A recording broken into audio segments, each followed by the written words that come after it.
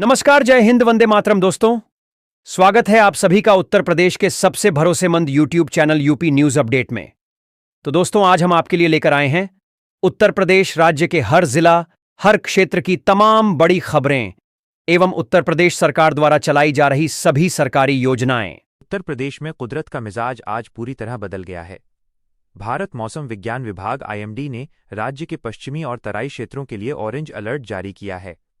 रिपोर्टों के अनुसार एक सक्रिय पश्चिमी विक्षोभ के कारण वायुमंडल में भारी हलचल देखी जा रही है, जिससे लखनऊ, कानपुर, नोएडा, गाजियाबाद और मेरठ जैसे जिलों में 50 से 70 किलोमीटर प्रति घंटे की रफ्तार से धूल भरी आंधी चलने की संभावना है। कई स्थानों पर गरज चमक के साथ भारी बारिश और ओलावृष्टि का सिलसिला शुरू हो चुका है, जिससे तापमान में अचानक 6 से 8 डिग्री सेल्सियस तक की भारी गिरावट दर्ज की गई है। इस मौसम का सबसे बुरा असर कृषि क्षेत्र पर पड़ने की आशंका है। वर्तमान में आम की फसलें तैयार हो रही हैं और बेमौसम ओलावृष्टि से फलों के गिरने और पेड़ों के टूटने का भारी खतरा है।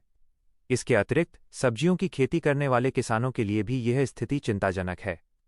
राज्य सरकार ने सभी जिलाधिकारियों को निर्देश दिए हैं कि वे राहत आयुक्त कार्यालय के साथ समन्वय बनाकर रखें। नागरिकों को सलाह दी गई है कि वे कच्चे मकानों, होर्डिंग्स और बिजली के तारों से दूर रहें। बिजली विभाग को भी अलर्ट पर रखा गया है, क्योंकि तेज हवाओं के कारण कई जगहों पर पोल गिरने से आपूर्ति बाधित होने की खबरें आ रही हैं। अगली खबर है कि मुख्यमंत्री योगी आदित्यनाथ की अध्यक्षता में आज लोक भवन में कैबिनेट की एक अत्यंत महत्वपूर्ण बैठक संपन्न हुई, जिसमें उत्तर प्रदेश तबादला नीति 2026-27 को औपचारिक मंजूरी दे दी गई है। इस नई नीति का मुख्य उद्देश्य प्रशासनिक कार्यों में पारदर्शिता लाना और भ्रष्टाचार की गुंजाइश को पूरी तरह खत्म करना है।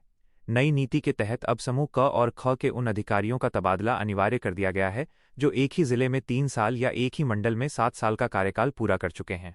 इसके अलावा समूह ग और घ के कर्मचारियों के लिए भी स्थानांतरण के कड़े मापदंड तय किए गए हैं।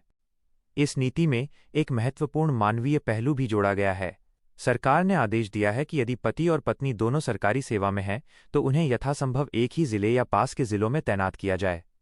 साथ ही गंभीर बीमारियों जैसे कैंसर या किडनी की बीमारी से पीड़ित कर्मचारियों और दिव्यांगजनों को उनके गृह जनपद के निकट तैनाती देने में प्राथमिकता दी जाएगी। शिक्षा विभाग में शिक्षकों के लिए ऑनलाइन पोर्टल के माध्यम से पारदर्शी तबादला प्रक्रिया अपनाई जाएगी, ताकि किसी भी प्रकार के बाहरी दबाव या पैरवी की आवश्यकता न रहे। कैबिनेट के इस फैसले से राज्य के लगभग 16 लाख सरकारी कर्मचारियों के भविष्य पर सीधा प्रभाव पड़ेगा। अगली खबर है कि उत्तर प्रदेश सरकार के महत्वाकांक्षी प्रोजेक्ट गंगा एक्सप्रेसवे को लेकर आज एक बड़ी समीक्षा बैठक हुई। यह एक्सप्रेसवे मेरठ को प्रयागराज से जोड़ता है, लेकिन अब इसके दूसरे चरण के विस्तार की योजना को पंख लग गए हैं।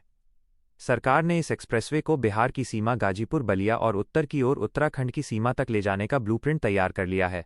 आज की बैठक में मुख्यमंत्री ने औद्योगिक विकास प्राधिकरण यूपीईआईडीए के अधिकारियों को निर्देश दिए कि अगले 6 महीनों के भीतर जमीन अधिग्रहण का 90% कार्य पूरा कर लिया जाए, ताकि निर्माण कार्य में कोई देरी न हो। यह एक्सप्रेसवे न केवल परिवहन का साधन होगा, बल्कि इसके किनारे इंडस्ट्रियल क्लस्टर्स विकसित किए जा रहे हैं। योजना के अनुसार एक्सप्रेसवे के आसपास खाद्य प्रसंस्करण इकाइयां, कपड़ा उद्योग और लॉजिस्टिक हब बनाए जाएंगे, जिससे स्थानीय युवाओं को बड़े पैमाने पर रोजगार मिलेगा।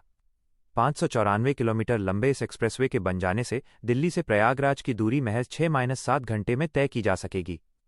सुरक्षा के लिहाज से इस पर आधुनिक सीसीटीवी कैमरे और एयर स्ट्रिप, हवाई पट्टी की भी व्यवस्था की जा रही है, ताकि आपात स्थिति में लड़ाकू विमान भी उतर सकें।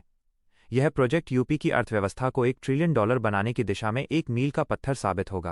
अगली खबर है कि उत्तर प्रदेश माध्यमिक शिक्षा परिषद यूपीएमएसपी ने आज छात्रों और अभिभावकों के लिए एक बड़ा अपडेट जारी किया है।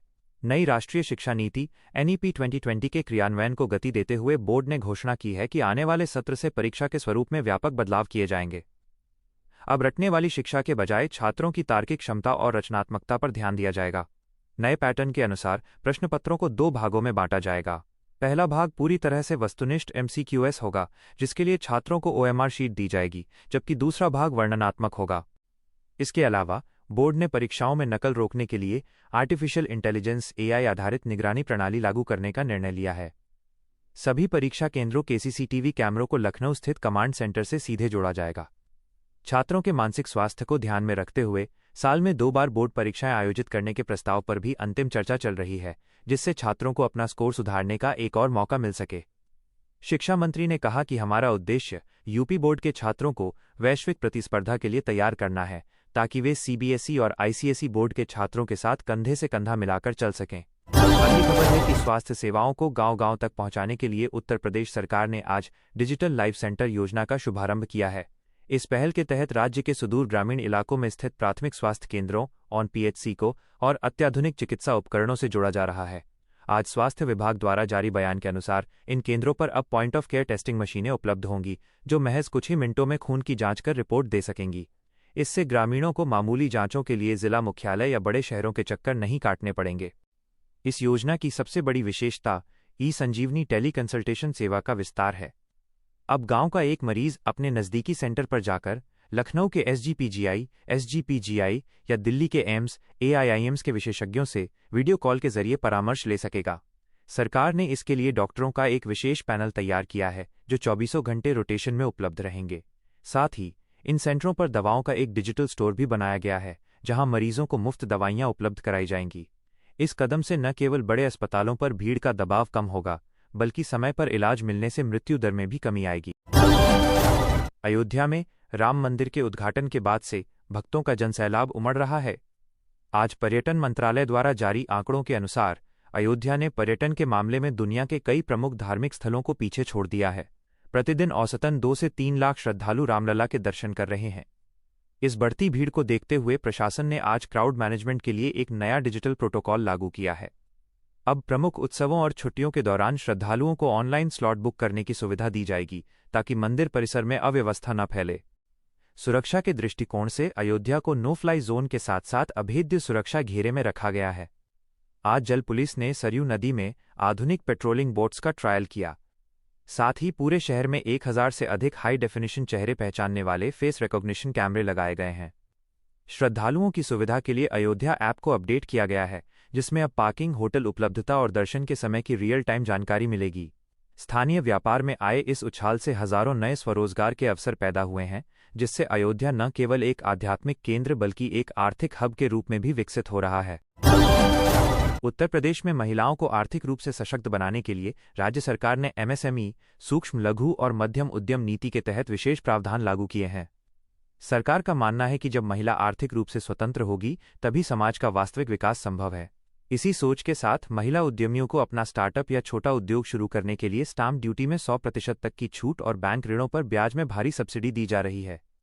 यह कदम विशेष रूप से उन महिलाओं के लिए है जो पारंपरिक कौशल को व्यवसाय में बदलना चाहती हैं। ग्रामीण क्षेत्रों में स्वयं सहायता समूहों एसएचजीएस की ताकत में अभूतपूर्व वृद्धि देखी गई है। इन समूहों को अब केवल छोटे काम तक सीमित नहीं रखा गया है, बल्कि उन्हें राशन वितरण प्रणाली, कोटे की दुकानें चलाने, स्कूलों के मिड डे मील और यूनिफॉर्म तैयार करने जैसे बड़े सरकारी अनुबंध सौंपे जा रहे हैं। इससे न केवल ग्रामीण अर्थव्यवस्था मजबूत हुई है, बल्कि महिलाओं के निर्णय लेने की क्षमता में भी सुधार आया है।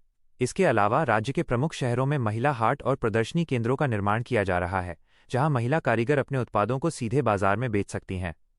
सरकार की ये दोहरी रणनीति, एक तरफ वित्तीय सहायता और दूसरी तरफ बाजार तक पहुंच, उत्तर प्रदेश की महिलाओं को होम मेकर से बिजनेस लीडर बनाने की दिशा में एक क्रांतिकारी बदलाव है।